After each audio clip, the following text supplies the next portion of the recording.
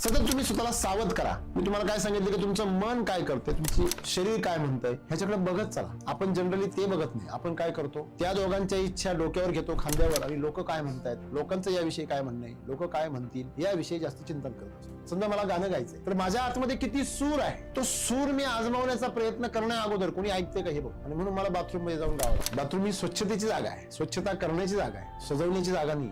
गाणं म्हणणं म्हणजे जीवनाला सजवणे, काय नृत्य करणं म्हणजे जीवनाला साज देणे. मग जीवनाचं सुंदरता जर वाढवायची आहे, तर तुम्हाला जगाकडे बघितलं पाहिजे का स्वतःकडे बघितलं पाहिजे. तुमचा निर्णय इंद्रिय करतात, डोळे धोका खातात, नाक धोका खातं, जीभ धोका खाते. म्हणून तर ही मार्केटिंग वाले आपल्याला फसवतात. तसाच आवाज, तसंच स्वाद, तसंच दिसणारं अशा गोष्टी तुम्हाला चालून मूर्ख बनवतात. आणि आपण बनतोय रोज. सगळे सिनेमावाले, मालिकावाले या तुमच्या भावनांशी खेळतात आणि तुम्हाला सवय लागली आहे खाजून घ्यायची. तुम्हाला इमोशनल जो ड्रामा आहे तो फार आवडतो का, तुम्ही प्रक्षेपण करता, तुमच्या स्वतःच्या जीवनाचं प्रक्षेपण तिथे करता. स्वतःला तिथे कल्पना करता की मी तिथे आहे, मी ह्या भूमिकेत आहे, मी त्या भूमिकेत आहे, बरोबर हे माझ्या बरोबर असंच होतंय आणि मग मी असंच वागायला पाहिजे जसं त्या मालिकेत किंवा त्या सिनेमात ते पात्र करतात. मग तेच डायलॉग मी जीवनामध्ये बोलायला सुरू. तुमचं जीवन स्वप्रभावित नाहीये, तुमचं जीवन प्रभावाने आहे, स्वभावाने नाही. एकतर अभावाने, नंतर प्रभावाने. स्वभावाने जीवन तुमचा स्वभाव जो आहे तो तुम्ही कधी शोधण्याचा प्रयत्न केलाच नाही. उलट तुम्हाला जेव्हा जेव्हा स्वतःची जाणीव व्हायला लागते तेव्हा तेव्हा तुम्ही त्याला कुठेतरी बिझी करण्याचा प्रयत्न करता. खाण्यात, पिण्यात, मनोरंजनात, कुठेतरी गप्पांमध्ये व्यस्त करण्याचा प्रयत्न करता. जेव्हा जेव्हा तुमचं मन आणि शरीर तुम्हाला जागृत करण्याचा प्रयत्न करतं तेव्हा तेव्हा तुम्हाला भीती वाटते. सत्याचा सामना करण्याची भीती वाटते. म्हणून तर लोक नशेचा आसरा घेतात. ज्या जीवनसाथीच्या रूपाने तुम्हाला काहीतरी जोडीदार भेटतो, तुम्ही त्याच्यामध्ये रमण्याच्या ऐवजी त्याच्यातले दोष नंतर काढायचं सुरुवात. जसं तुम्ही त्याचं मन भरायला लागतं, जसं त्याच्यामधले सवय व्हायला लागते, मग ते सवय झाली एकदाची, मग असं वाटतं की नाही आता ह्याच्यामध्ये दोष पण आहे, मग त्याच्या उणीवाणीच आहे. शरीर आणि मन हे असं आहे की त्याला सातत्य आणि तोचपणा आवडत नाही. ते तुम्हाला त्यापासून भरकटवणार आणि ते तिकडे पळायला लावणार. म्हणजे तुमची जर निवड जर एकच टिकून राहिलेली आहे आणि तिथे तुम्ही एकाग्र आहात, तुम्ही एकनिष्ठ आहात आणि तुम्ही तिथे पूर्ण रमलेले आहात, तर म्हणजे तुम्ही शरीर आणि मनावर काय केली आहे, काही प्रमाणात तरी मात केलेली आहे. सत्य जीवन कधी घडते, आता घडते. ते कालही घडलेले नाही, सकाळी पण घडलेले नाही, संध्याकाळी पण नाही, आता घडते. संध्याकाळी जेव्हा घडेल तेव्हा ते आत्ताच असेल. कालचा दिवस लय भारी होता, आज काय झालं, आजचा दिवस जर भारी नाही तर मर ना तू. भारी नाही ना, मग नाही कसं काय मरायचं, आणि मग भारी कर ना त्याला.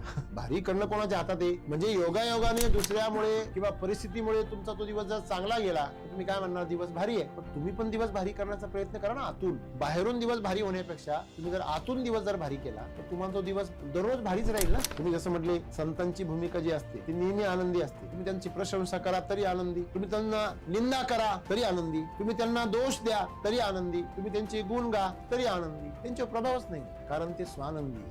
तुम्हाला असं वाटतं की तुमच्यामुळे आनंदी झाले, नाही, ते स्वानंदी आहे. म्हणजे काय, स्वतःमुळे आनंदी. तुम्ही स्वतःमुळे आनंदी राहिलात तर तुम्ही आपोआप पॉझिटिव्ह बाजूला राहाल. का, सत्य म्हणजे सकारात्मक. सकारात्मक गोष्ट सत्यच असते ना, का असत्य असते. जे अस्तित्वात आहे त्यालाच पॉझिटिव्ह म्हटलं जातं, जे अस्तित्वात नाही त्याला काय म्हटलं जातं, निगेटिव्ह. ज्यांनी जीवनाला सुंदरता येते, बहर येतो, तेच पॉझिटिव्ह असतं. तुम्ही नोकरी करतात तर 4 कंपन्यांमध्ये नोकरी करून तुम्ही सक्सेस नाही होऊ शकत. तुमच्यामुळे कंपनी सक्सेस झाली तर तुम्ही सक्सेस व्हा. लक्षात घ्या, कंपनीमुळे तुम्ही सक्सेस होत असाल, यू आर पॅरासाइट, तुम्ही परजीवी आहात. जेव्हा तुमचं शरीर प्रबळ होतं, वासना प्रबळ होते, ते मनाला भरकटव. मग मन कोणाचं गुलाम आहे, शरीराचं गुलाम. सॉफ्टवेअर कशासाठी आहे, हार्डवेअरला रन करण्यासाठी. मग या हार्डवेअरला रन करण्यासाठी सॉफ्टवेअर आहे कोण, मन. आणि मग ते जे मन आहे ते याच्या सेवेमध्ये. शरीर जर म्हटलं का भेंडी अमृत तर मन म्हणणार हा भेंडी अमृत. शरीर म्हटलं काय किळस आली त्याची, ते मन काय म्हणणार, खरंच विष आहे, ते फेकून दे. म्हणजे मन म्हणजे बिरबल आहे आणि तुमचं शरीर म्हणजे अकबर आहे. अकबराची सेवा करायला बिरबल.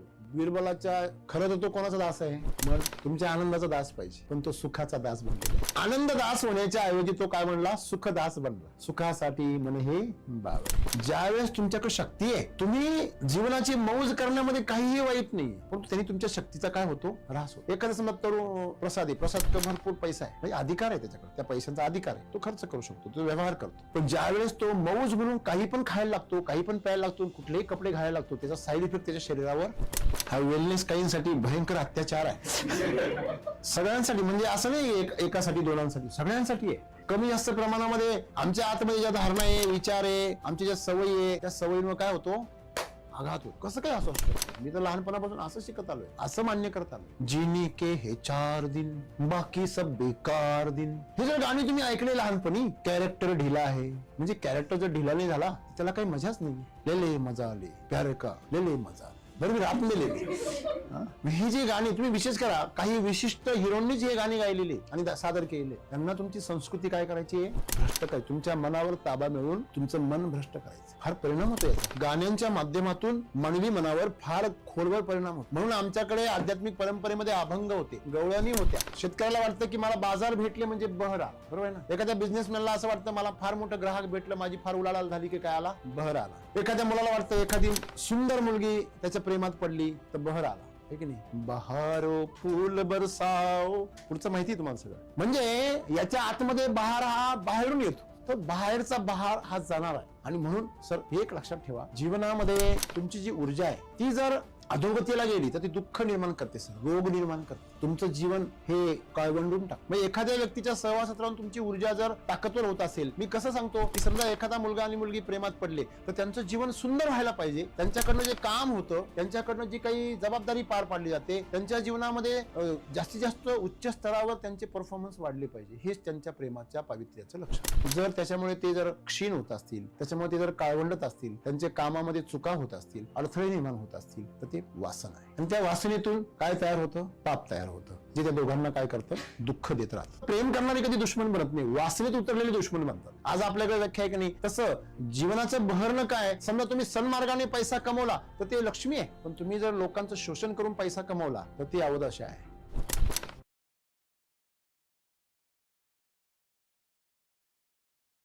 आपण एखाद्या धर्माविषयी जर काही गोष्टी मांडल्या तर त्या धर्माच्या लोकांना काय येणार? लगेच राग येणार, येणार की नाही? कारण ते त्या धर्मात काय आलेले? जन्माला आलेले, बरोबर आहे ना. पण त्यांना हे माहिती नाही, धर्म हा जन्माने नसतो, धर्म हा आचरणाने असतो. हॅलो, तुम्ही ज्या हायस्कूलमध्ये ऍडमिशन घेणार आहे त्या हायस्कूलचे नियम आणि गणवेश तुम्हाला लागू होणार आहे का? पहिलाच एक विद्यार्थ्यांचा काही ठरलेला गणवेश असतो का? असतो? विद्यार्थ्यांना काही नियम असतात का? नाही. आपण सगळ्यांनी हे समजून घ्यायचंय, तुम्हाला जर पॉझिटिव्ह गोष्ट जर निवडायची असेल तर तुम्हाला थोडंसं त्या गोष्टीपासून, त्या प्रसंगापासून, त्या नात्यापासून, त्या व्यक्तीपासून तुम्हाला थोडंसं अंतर तयार करावं लागेल. पण आपण ते तयार करण्यास सक्षम आहोत का? आणि तो तुम्ही तेव्हाच होऊ शकता जेव्हा तुम्ही तुमच्या मनावर काय कराल? नियंत्रण मिळवाल. तुमच्या मनात चाललेल्या गोष्टी, तुमच्या शरीरात घडत असलेल्या घटना, या सगळ्या गोष्टींच्या बाबतीत तुम्ही त्रयस्थ बनणं गरजेचं आहे. ते तुम्हाला शक्य आहे का? साक्षी बनणं गरजेचं आहे. सोपं आहे? ही निरंतर प्रक्रिया आहे. ती निरंतर प्रक्रिया तुम्हाला चालू ठेवावी लागेल, तेव्हाच तुम्हाला त्याच्यामध्ये यश प्राप्त होईल. तुमची वृत्ती आहे साक्षी. सतत तुम्ही स्वतःला सावध करा. मी तुम्हाला काय सांगितलं की तुमचं मन काय करते, तुमची शरीर काय म्हणतंय, ह्याच्याकडे बघत चला. आपण जनरली ते बघत नाही. आपण काय करतो? त्या दोघांच्या इच्छा डोक्यावर घेतो, खांद्यावर, आणि लोक काय म्हणतायत, लोकांचं याविषयी काय म्हणणं आहे, लोक काय म्हणतील, याविषयी जास्त चिंतन करत असतो. समजा मला गाणं गायचंय तर माझ्या आतमध्ये किती सूर आहे, तो सूर मी आजमावण्याचा प्रयत्न करण्या अगोदर कोणी ऐकते का हे बघतो. आणि म्हणून मला बाथरूममध्ये जाऊन गावं लागतं.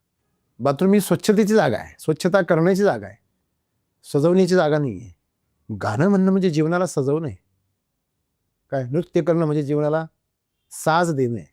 मग जीवनाचं सुंदरता जर वाढवायची आहे तर तुम्हाला जगाकडे बघितलं पाहिजे का स्वतःकडे बघितलं पाहिजे? का मी किती या तालामध्ये नाचणं म्हणजे काहीच नाहीये, जे जे वाद्य आहे त्या वाद्याच्या तालाबरोबर ह्या शरीराला जोडून टाकणं. पण आपण ते नाही बघत. शेजारचा कसा नाचतोय ते बघ. इंद्रियांना आतमध्ये वळवता आलं पाहिजे. तुमचा निर्णय इंद्रिय करतात, डोळे धोका खातात, नाक धोका खातं, जीभ धोका खाते. म्हणून तर हे मार्केटिंगवाले आपल्याला फसवतात.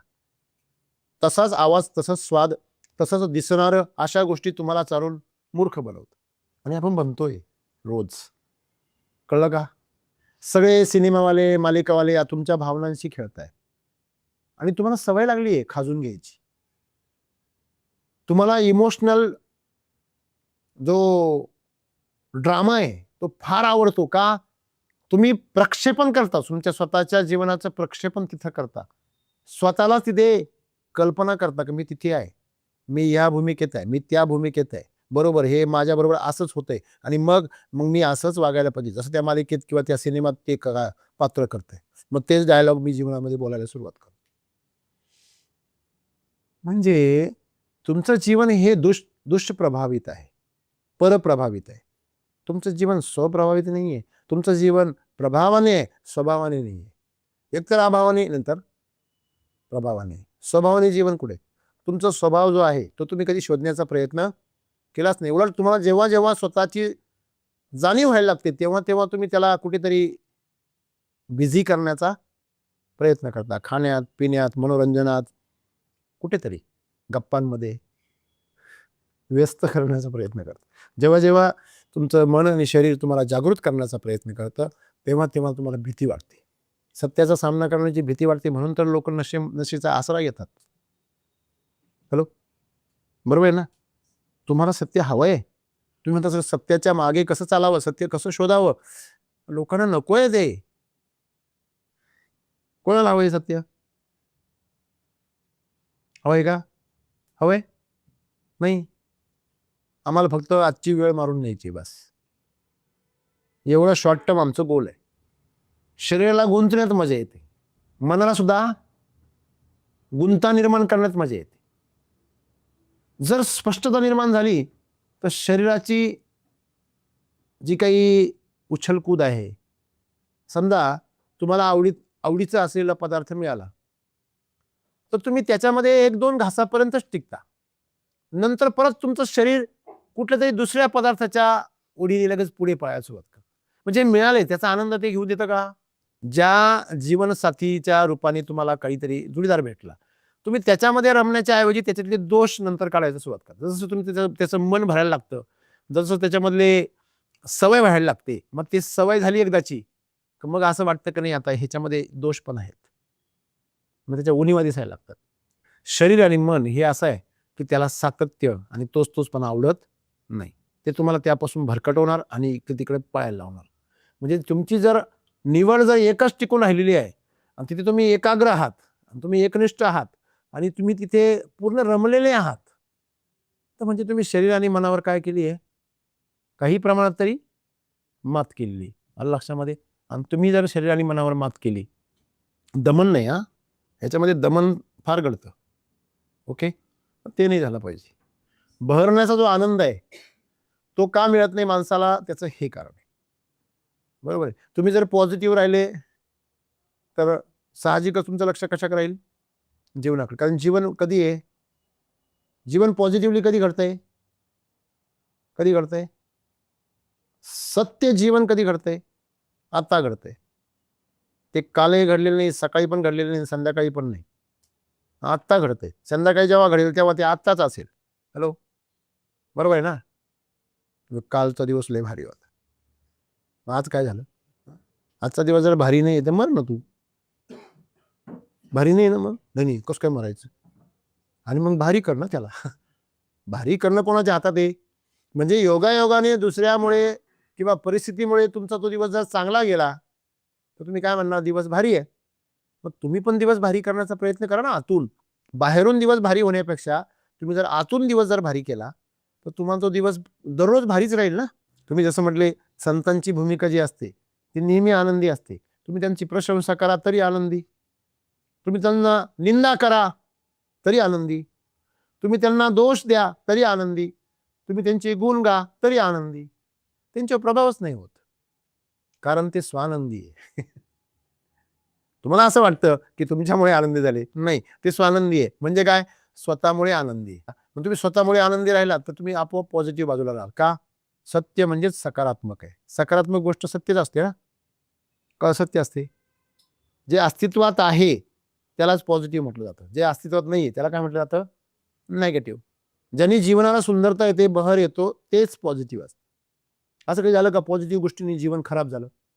खरं बोलण्याने एखाद्याला शिक्षा होऊ शकते, एखाद्याला त्रास होऊ शकतो, परंतु तो त्रास आहे, ती शिक्षा आहे, त्याचं जीवन सुंदर बनवण्यासाठीच आहे. तुम्हाला शाळेमध्ये शिक्षकांनी शिक्षा केली, ज्या मुलांनी शिक्षा सहन केली ते आज कुठेतरी चांगल्या पदावर आहे, आणि जे शिक्षेपासून पळून गेले गुरुजींना दगड मारून ते आता मेंढरवळत आहे. बरोबर आहे की नाही? म्हणजे सत्य हे नेहमी तुम्हाला काय करतं? तुम्हाला नेहमी बहराकडे घेऊन जात, सुंदरतेकडे घेऊन जात, आनंदाकडे घेऊन जात. आपलं जीवन पण कुठल्या गोष्टींनी सार्थकी होईल हे आज आपल्याला मार्गदर्शन मिळणार आहे. आता मला एक सांग, आता मयूर एक अतिशय स्मार्ट, हँडसम, गोरा गोमटा आणि अतिशय सुंदर असं व्यक्तिमत्व असलेला मुलगा आहे. मग त्याच्याकडे साहजिकच मुली आकर्षित होणार, बरोबर आहे. मग त्या मुलींच्या आकर्षणामध्ये तो जर वाहवत गेला तर त्याचं जीवन बहरून येईल का? का बरं नाही येणार? काय हरकत आहे? त्या सौंदर्याचा, त्या तारुण्याचा आनंद घेण्यामध्ये काय हरकत आहे? सर बोला.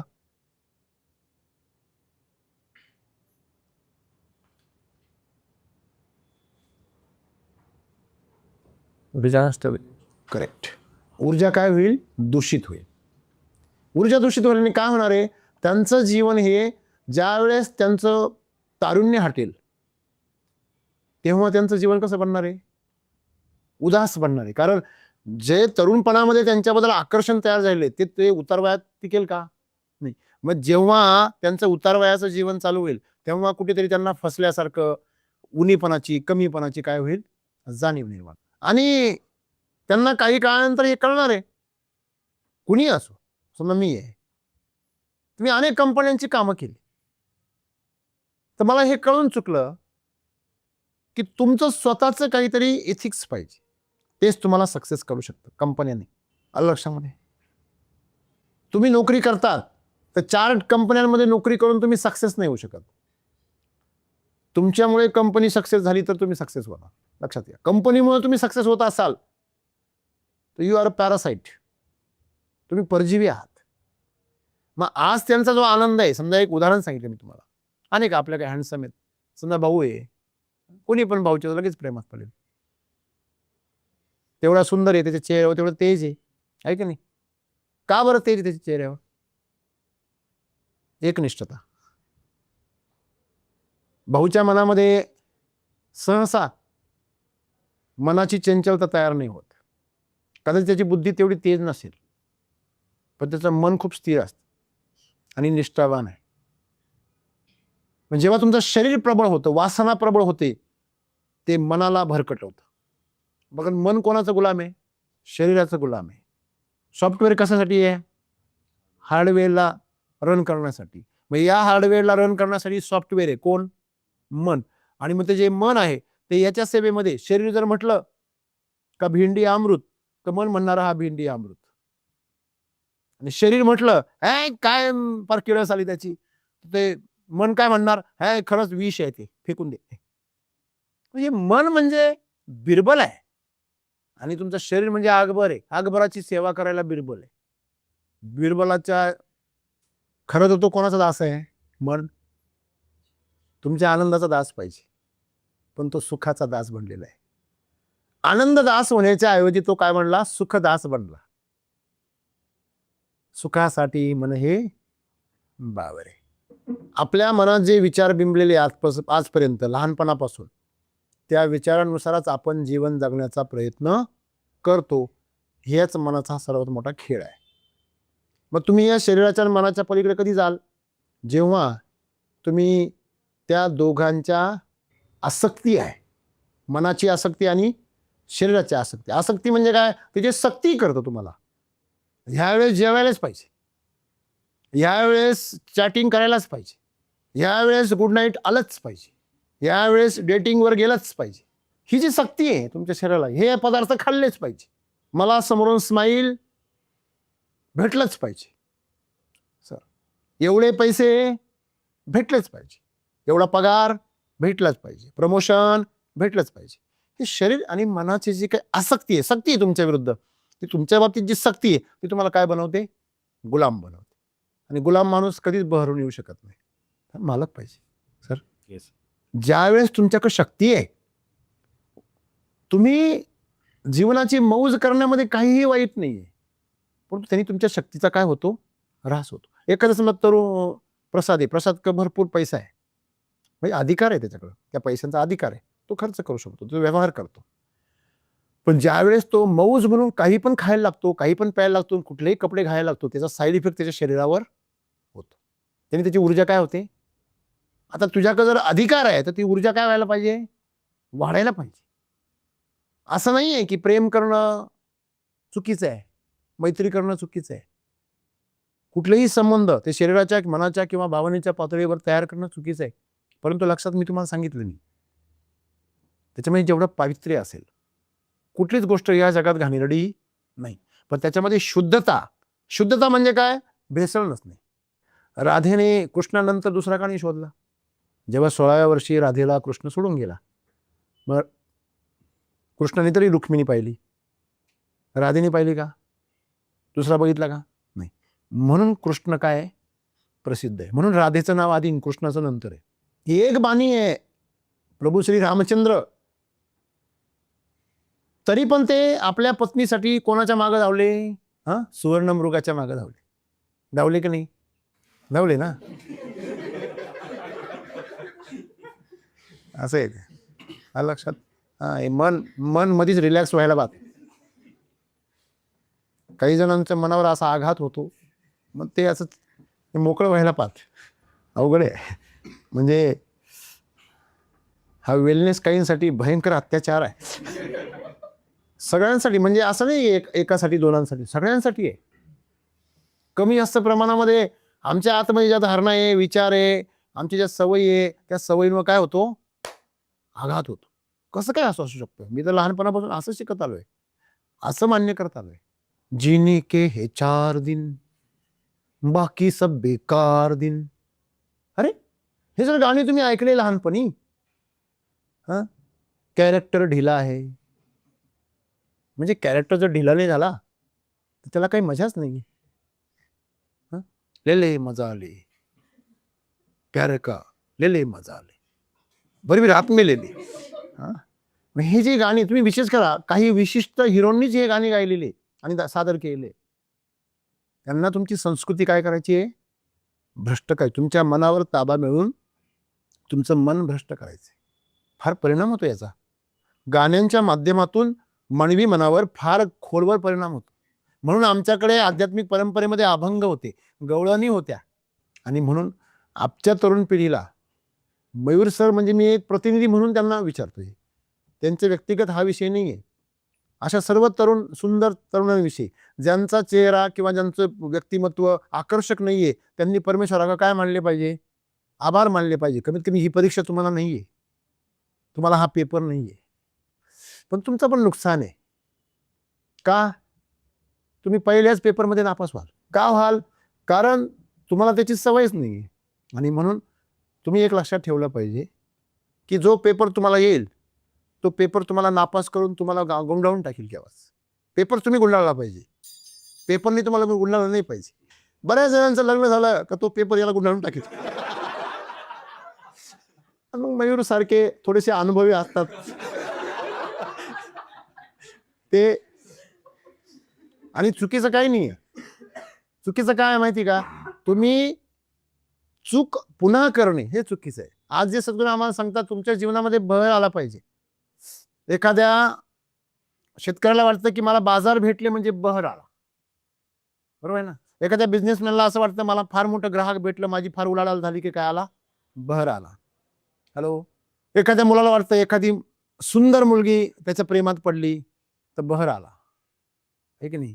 बहारो फूल बरसाओ. पुढचं माहिती आहे तुम्हाला सगळं. म्हणजे याच्या आतमध्ये बहार हा बाहेरून येतो, तर बाहेरचा बहार हा जाणार आहे.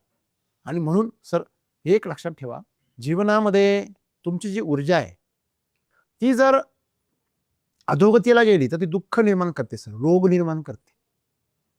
तुमचं जीवन हे काळवंडून टाकते. जर डिम लाईट आली तर उपकरणं काय होतात? बिघडतात. काम पण करत नाही व्यवस्थित आणि लोडवर येऊन काय होतात? बिघडतात. आपल्या शरीरामध्ये पण उपकरणं आहेत, इंद्रिय आहेत.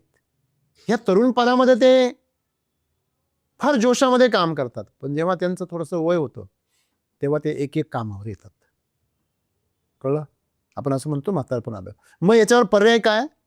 याच्यावर पर्याय असा आहे का तुम्हाला तुमचं जीवन जर बहरून यावं असं वाटत असेल तर तुम्ही ऊर्जेच्या स्तरावर जगा, ऊर्जेला शक्तिशाली करा. मग एखाद्या व्यक्तीच्या सहवासात राहून तुमची ऊर्जा जर ताकदवर होत असेल, मी कसं सांगतो की समजा एखादा मुलगा आणि मुलगी प्रेमात पडले तर त्यांचं जीवन सुंदर व्हायला पाहिजे. त्यांच्याकडनं जे काम होतं, त्यांच्याकडनं जी काही जबाबदारी पार पाडली जाते, त्यांच्या जीवनामध्ये जास्तीत जास्त उच्च स्तरावर त्यांचे परफॉर्मन्स वाढले पाहिजे, हेच त्यांच्या प्रेमाच्या पावित्र्याचं लक्षण आहे. जर त्याच्यामुळे ते जर क्षीण होत असतील, त्याच्यामुळे ते जर काळवंडत असतील, त्यांच्या कामामध्ये चुका होत असतील, अडथळे निर्माण होत असतील, तर ते वासना आहे. आणि त्या वासनेतून काय तयार होतं? पाप तयार होतं, जे त्या दोघांना काय करतं? दुःख देत राहतं. प्रेम करणारे कधी दुश्मन बनत नाही, वासनेत उतरलेले दुश्मन बनतात. आज आपल्याकडे व्याख्या आहे की नाही, तसं जीवनाचं बहरणं काय? समजा तुम्ही सन्मार्गाने पैसा कमवला तर ते लक्ष्मी आहे, पण तुम्ही जर लोकांचं शोषण करून पैसा कमवला तर ती अवदशा आहे. बरोबर आहे ना? म्हणून तुम्ही जसं म्हटला की जसं आज जीवनामध्ये बहरणं जे आहे ते काय आहे याची क्लॅरिटी तुम्हाला रामसरांकडून पाहिजे. बरोबर आहे? तुमची स्माईल आम्हाला सगळ्यांना खूप आवडते. धन्यवाद.